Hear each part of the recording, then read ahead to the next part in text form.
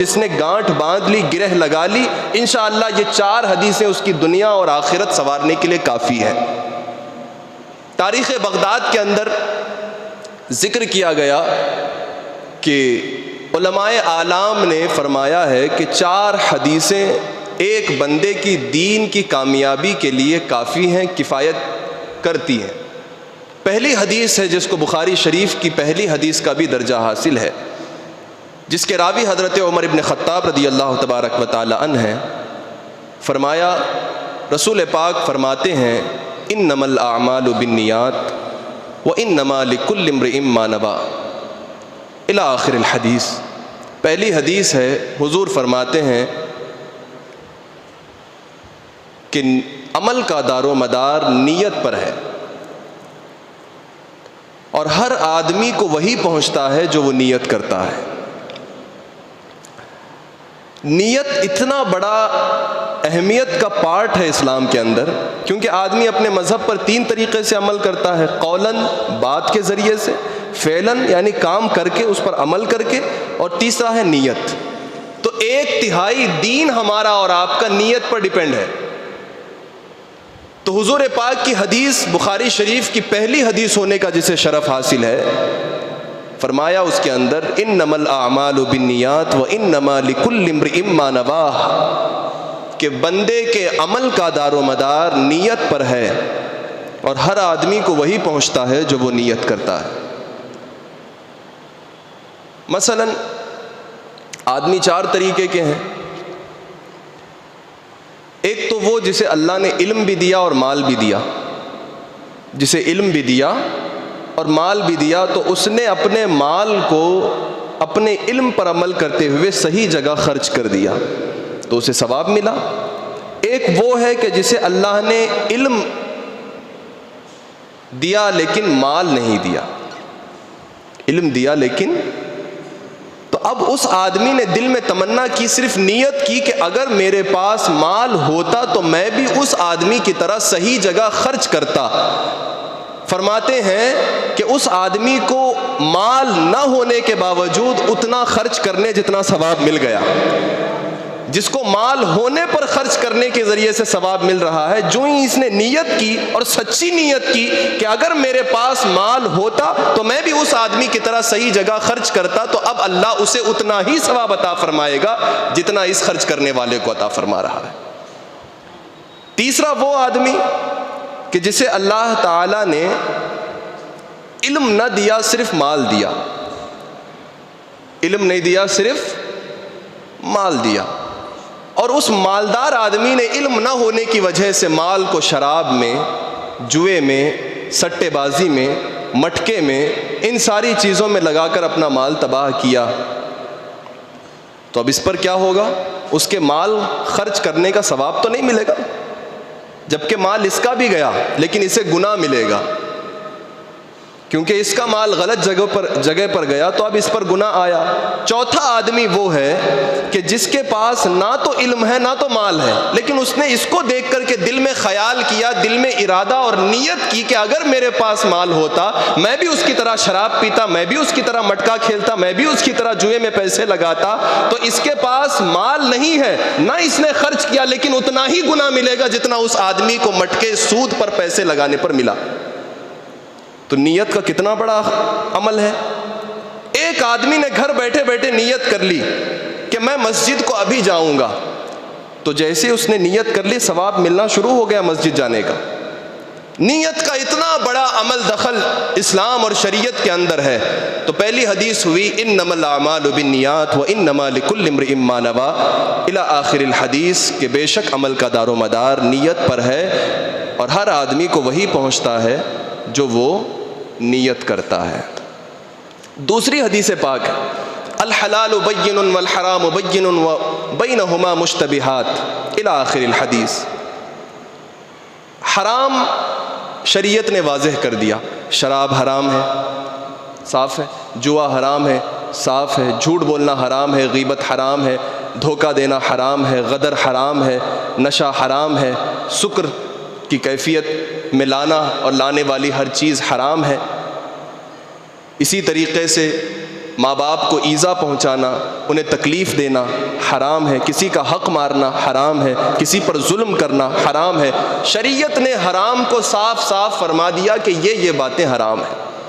ایسے ہی حلال کے بارے میں واضح فرما دیا، دودھ حلال ہے، چوپائے جو حلال جانور ہیں ان کا گوشت حلال ہے۔ یوں ہی پانی کے وہ قطرات جو زمین سے نکلیں، آسمان سے اتریں، جو بھی صاف ستھری چیز ہے وہ ساری چیزیں پینے کے قابل ہیں، حلال ہیں۔ سارے میوہ جات، ساری سبزیاں، ترکاریاں جو انسان اپنے لیے استعمال کرتا ہے حلال ہے۔ مچھلیاں سمندر کی حلال ہے۔ غرضے کے حلال کو اللہ تعالیٰ نے اور مصطفیٰ جان رحمت شارع علیہ السلام نے واضح فرما دیا۔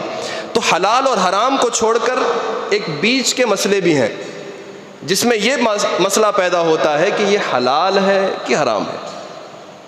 زندگی میں بہت سے ایسے مسائل ہیں جن کو تفصیلاً اگر سمجھا جائے تو ایک لمبا وقت جائے گا، لیکن حلال ہے یا حرام ہے جہاں شبہ پیدا ہو گیا تو اب حدیث میں آیا ہے ایسی شبہ والی چیزوں کو چھوڑ دینے میں بندے کے لیے اتنی بھلائی ہے کہ جس نے شبہ والی چیز کو، شک والی چیز کو چھوڑ دیا تو گویا کہ اس نے اپنے دین کو بھی بچا لیا اور اپنی عزت کو بھی بچا لیا۔ تو شبہ والی چیز کو چھوڑ دینا ہے، جو حلال فرما دیا اسے اپنا لو، جو حرام کر دیا گیا اس سے اپنے آپ کو بچا لو۔ دوسری حدیث سمجھ آ گئی؟ تیسری حدیث پاک ہے، حضور پاک فرماتے ہیں، سیدنا ابو ہریرہ رضی اللہ تبارک و تعالی عنہ سے مروی ہے، امام ترمذی نے اپنی سنن کے اندر درج فرمایا، کہتے ہیں رسول پاک فرماتے ہیں من حسن اسلام المرء ترکہ ما لا یعنی۔ فرماتے رسول اللہ نے فرمایا ایک بندے کے اسلام کی خوبصورتی یہ ہے کہ وہ ان باتوں کو چھوڑ دے جو اس کی مطلب کی نہیں ہے۔ من حسن اسلام المرء ترکہ ما لا یعنی، بندے کے اسلام کی خوبصورتی اور اس کے اسلام کا حسن یہ ہے کہ وہ ان باتوں کو چھوڑ دے جو اس کے مطلب کی نہیں ہے۔ زندگی میں اکثر لوگ اسی وجہ سے پریشان ہیں کہ وہ اپنے مطلب کی نہ ہونے والی چیزوں میں الجھے ہوئے ہیں۔ دو آدمی سڑک پہ لڑ رہے ہیں، تیسرا آدمی پہنچ گیا ہے، اس کا کچھ مطلب نہیں ہے، بیچ میں ٹھہر کے آگ لگا رہا ہے۔ نتیجہ کیا ہوا؟ دو آدمی بھڑکے، ان میں صلح ہو گئی، مار اس کو رہے ہیں۔ اب یہ مار کھا کے گھر لوٹ رہا ہے اس وجہ سے کہ جہاں ضرورت نہیں تھی وہاں ٹانگ اڑایا جا کے۔ ایسی دنیا بھر کی زندگی کے مرحلے ہیں۔ آدمی اپنے گھر میں مست خوش ہے، بغل والے کے گھر میں جھانکنے کی زیادہ عادت ہوتی ہے، کیا ہو رہا ہے کیا ہو رہا ہے۔ اب جیسے ہی پہنچا خبر لگی کہ جو ہے وہاں میاں بیوی کی تکرار ہو گئی ہے، تیسرے گھر میں جا کے بتائے، دیکھا تمہارے گھر کے بازو والے کے میاں بیوی میں جھگڑا ہو گیا۔ ایسے ہی ہیں، یہ بہت خراب عادت کے لوگ ہیں، ان سے بچنا چاہیے۔ ارے بھائی زندگی بھر وہ آدمی اس کے ساتھ بھلائی کرتا رہا، لیکن اب اس نے زبردستی جھانکا جھانکی میں اس کی ایک خرابی پالی تو اب وہ گلی گلی گھر گھر جا کر کے بتا رہا ہے کہ ان دونوں کے درمیان نا اتفاقی ہو گئی۔ ایسے ہی لڑاکو ٹائپ کے لوگ ہیں، ان سے ہمیں بھلائی کی امید نہیں۔ اب لوگ کیا ہو گئے، بعد میں ان کی اچھائی پتہ چلی، برائی اس کی مسلط ہو گئی کہ یہ آدمی کیا ہے، ادھر کی ادھر لگانے والا ہے، تو یہ خود بدنام ہو گیا۔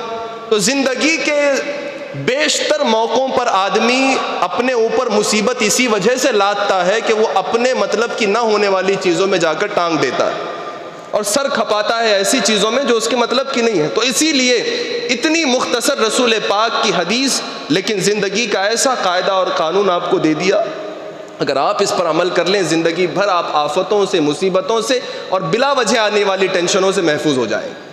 جو تمہارے مطلب کی نہیں ہے اس میں سر دینے کی ضرورت نہیں ہے، اسے چھوڑ دو، جو آپ کے مطلب کی ہے اس میں لگو۔ آ رہی ہے بات سمجھ؟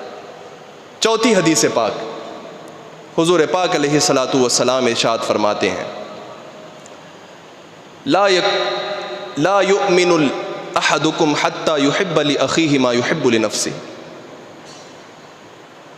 لا یؤمن احدکم حتی یحب لنفسہ ما یحب لنفسہ، حتی یحب لاخیہ ما یحب لنفسہ۔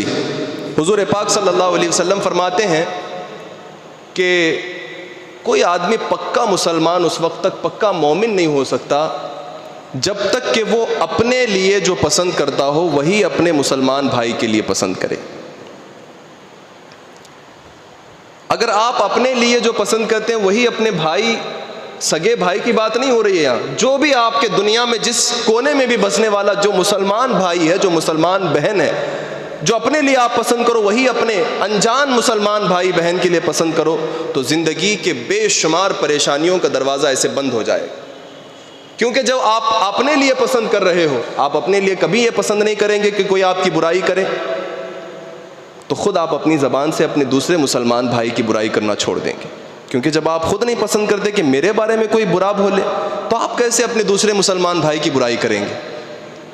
آپ کے دل میں یہ کبھی خیال نہیں گزرے گا کہ کوئی مجھے جو ہے قتل کرنے کا پلان ڈالے، یا میں کسی کا قتل کروں، یا مجھے قتل کیا جائے. تو جب آپ اپنے قتل کو پسند نہیں کرتے تو کوئی آدمی اپنے دوسرے مسلمان کا قتل نہیں کرے گا. جب آپ خود جھوٹ بولنے کو کبھی پسند نہیں کرتے تو آپ اپنے دوسرے مسلمان بھائی کو جھوٹا بنانے کے چکر میں کبھی نہیں الجھیں گے. اسی طریقے سے رسول پاک علیہ الصلاۃ والسلام کی یہ حدیث زندگی میں ایسی خوبصورت رہنمائی کرتی ہے کہ وہ بندہ کبھی بھی پکا مومن نہیں ہو سکتا جب تک کہ وہ اپنے لیے جو بات چاہے اور پسند کرے وہی اپنے دوسرے مسلمان بھائی کے لیے. یہ 4 حدیثیں جس نے اپنی زندگی میں اتار لیں، سمجھو اس کی دنیا بھی کامیاب ہے، اس کی آخرت بھی آباد ہے. اور جس نے دین اور شریعت کی اتنی اہم باتوں کو سن کر انسنا کر دیا، پھر وہ زندگی بھر پچھتاتا رہے گا. یہ وہ انمول ہیرے ہیں اسلام کے کہ جن کو اپنانے سے زندگی آپ کے ایسے باغ و بہار بن جائے گی کہ دنیا والے آپ کی زندگی پر رشک کریں گے کہ کتنے پابند اور کتنے اچھے اصولوں کا یہ آدمی پابند ہے.